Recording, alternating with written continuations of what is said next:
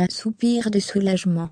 Le producteur Gérard Louvain et son mari Daniel Moïne évitent le pire, puisque la justice a décidé du classement sans suite des enquêtes, dont ils étaient l'objet. Les deux hommes étaient notamment accusés de viol sur mineurs, ceux qui ont toujours farouchement nié. Une page se tourne. Pour Gérard Louvain, incontournable producteur du petit écran, et son mari Daniel Moïne, l'heure est au soulagement. Comme le dévoile l'AF ce lundi 4 avril 2022, les deux enquêtes pour viol sur mineurs, dans lesquelles ils étaient accusés, ont été classées sans suite par le parquet de Paris. Selon des sources proches du dossier, la décision a été actée en janvier dernier. Ces deux enquêtes avaient été ouvertes en janvier et août 2021 par le parquet de Paris. Dans le cadre de la première, le classement sans suite a été choisi en raison de la prescription des faits supposés, alors que, dans le cas de la seconde enquête, c'est au motif d'infraction insuffisamment caractérisée que le classement sans suite a été requis. Pour les avocats des deux hommes, qui ont toujours nié les accusations dont ils faisaient l'objet, c'est évidemment une immense victoire.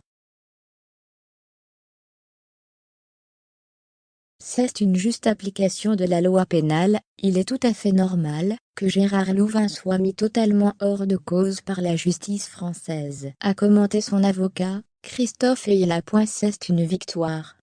La justice a été rendue, c'est un grand soulagement. Ça a été une procédure longue et douloureuse pour mon client. On est content d'avoir fait confiance à notre système juridique, car aujourd'hui, leur honneur est lavé, a réagi Céline Beckerman, avocate de Daniel Moïne. Malheureusement, dans ce genre de dossier, le tribunal médiatique a déjà fait des dégâts. Pour rappel, la vilaine affaire avait commencé en janvier 2021 lorsqu'Olivier, neveu de Gérard Louvain, avait porté plainte contre son oncle en l'accusant d'avoir favorisé des viols, dont il aurait été victime dans les années 1980 par Daniel Moïne.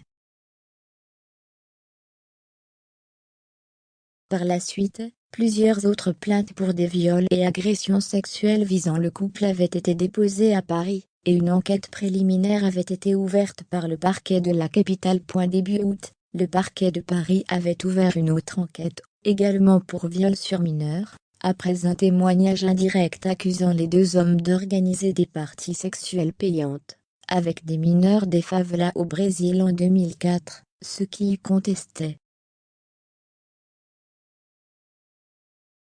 Cette autre procédure a, quant à elle, été classée sans suite, également en janvier, pour cause d'infraction insuffisamment caractérisée, a aussi indiqué le parquet de Paris.